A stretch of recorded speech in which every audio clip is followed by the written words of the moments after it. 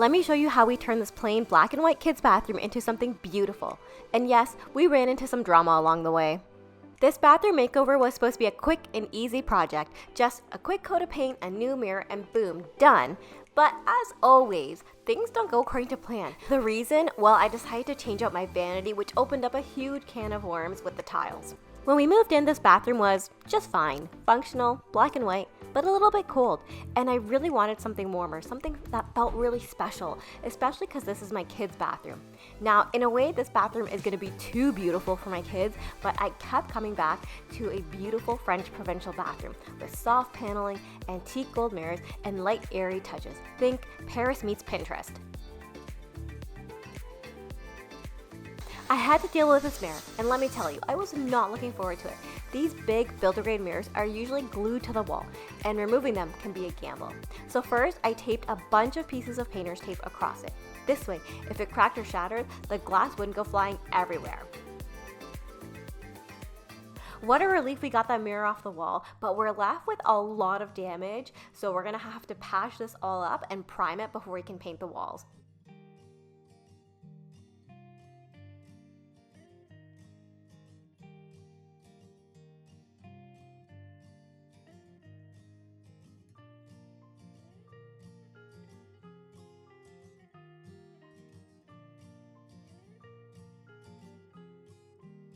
Everything was going smoothly until I decided to remove the vanity.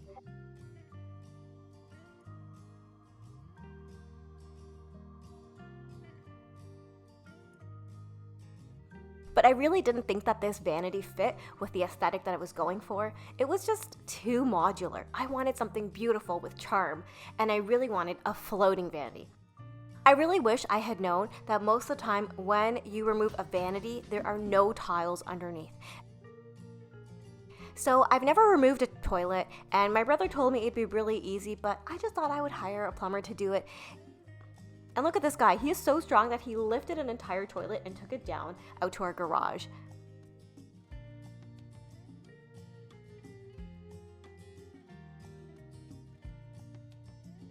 Plus, as you can see, he's giving me a few tips so I can do it myself next time too. Trust me, it's not as hard as you think.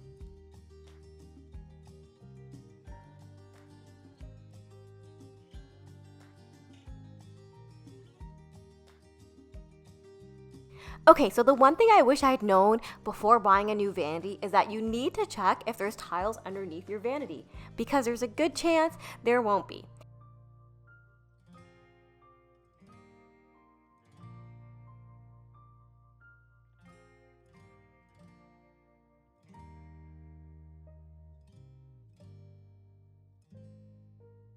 And in fact, that was our situation. But I had already bought the vanity and it had been sitting in my garage for 3 months, so there's no way I could return it.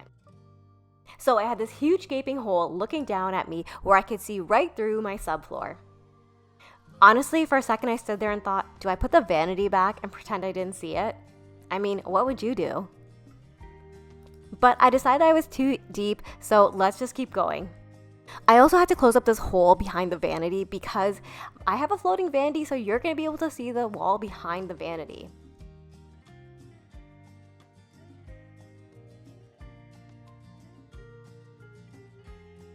I really hope this floating vanity is going to be worth it because there were so many hurdles just to get to the baseline.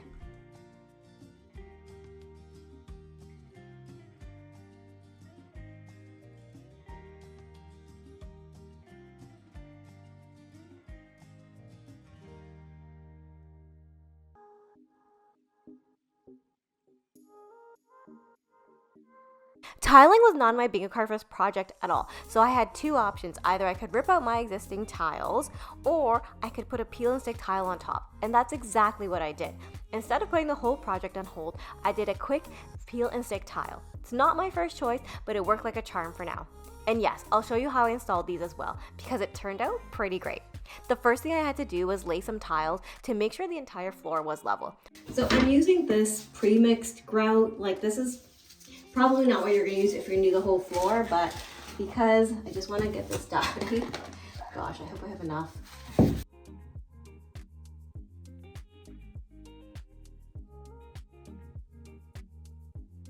I'm no tiling pro, but make sure you notch out your adhesive to make sure the tile actually sticks.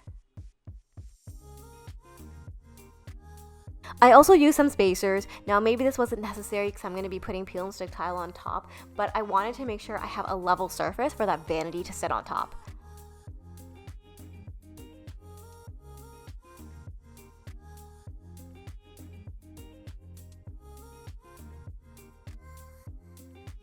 There's lots of tiny things to do, like skim coating the wall too, because there was a lot of caulking and damage when we removed the old vanity. I also have to remove these baseboards because I'm laying down new peel and stick tile, and I want my baseboards to sit on top of it.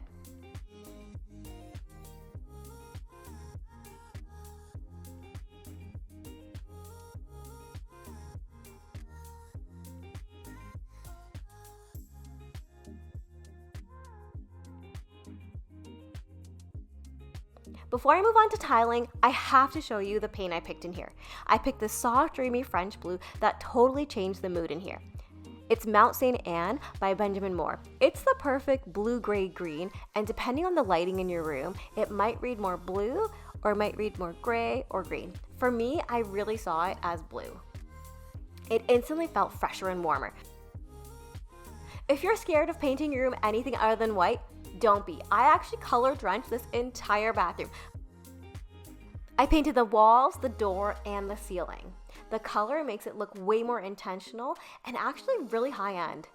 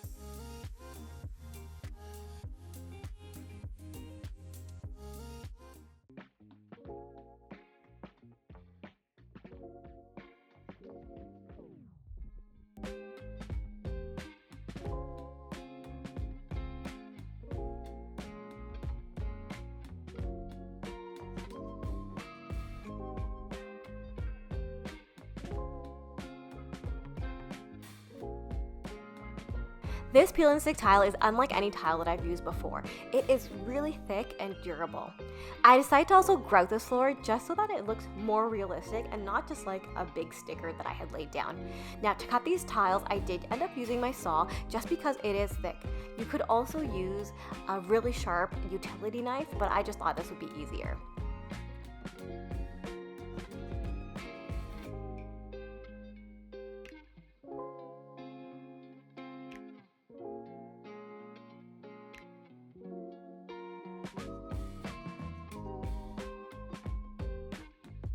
Isn't it so satisfying watching all these little pieces fit together?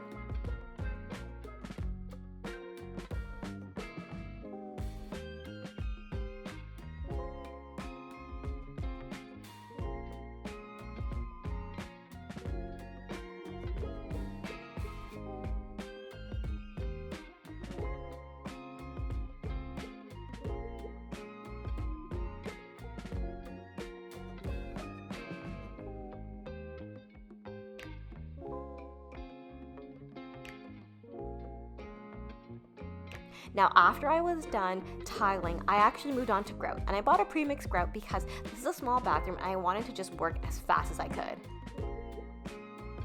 One of the most important things about grouting is to wipe up the excess grout right away. Like, don't let it sit there for 10 or 15 minutes because it becomes hard like a rock and you cannot clean it.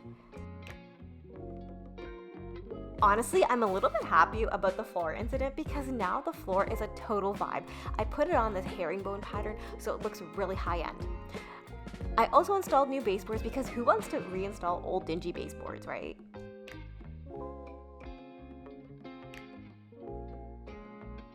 It's finally time to install the vanity. Now this vanity gave me so much grief, but I know it's going to be totally worth it.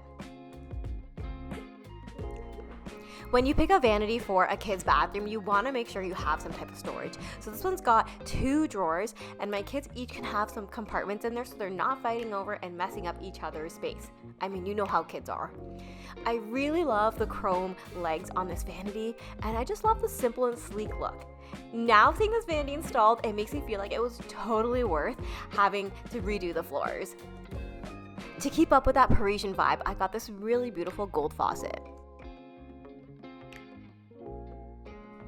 Now I'm installing the mirror next because I'm going to be adding panel molding, but I need to know where exactly that molding goes around the mirror. That's pretty good. Yay, we have a mirror.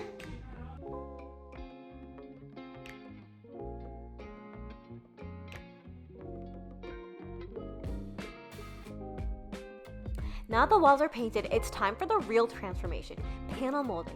This is what gives the bathroom that classic French provincial vibe. I used simple trim from the hardware store and cut each at a 4v5 degree miter so that the corners came together cleanly like a picture frame. And when it came to installing these to the wall, I brought out one of my favorite DIY tools, a pin nailer. It's probably the most underrated tool. If you're working in a bathroom where plumbing hides behind the walls, a pin nailer is a great option. The nails are super tiny, so you're way less likely to hit a pipe. And as always, use the shortest nails possible, just long enough to hold the trim in place.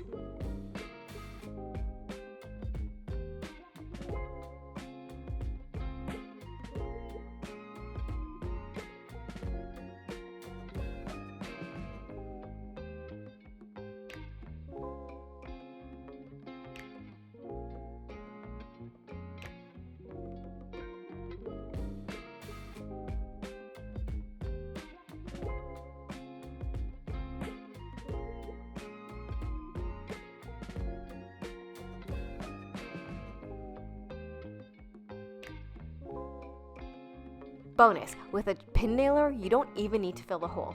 The paint seeps right into them and makes them disappear.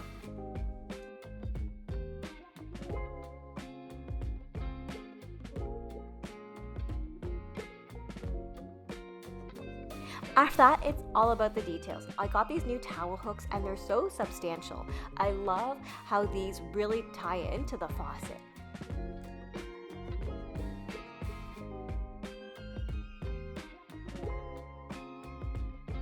I also replaced the shower curtain and the rod. I hung the shower curtain way higher and wider than before. It makes the entire bathroom feel so much more spacious. And actually, this is just a regular curtain. Are you ready to see this bathroom? I feel like I have worked so hard on this, from the floors and the plumbing and all the issues we had, but it's finally done and it's so pretty. From basic and bland to charming and cozy. And yes, this is still totally kid-friendly. Is the peel and stick tile a permanent fix? Maybe not, but for now, it's doing the job beautifully. And honestly, this little bathroom has never looked better.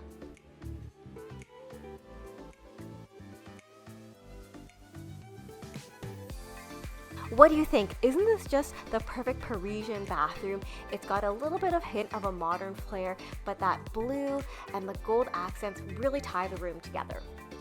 If you love this transformation or are dealing with your own surprise reno drama, hit that button, subscribe for more DIYs, and drop a comment about your favorite part of the makeover.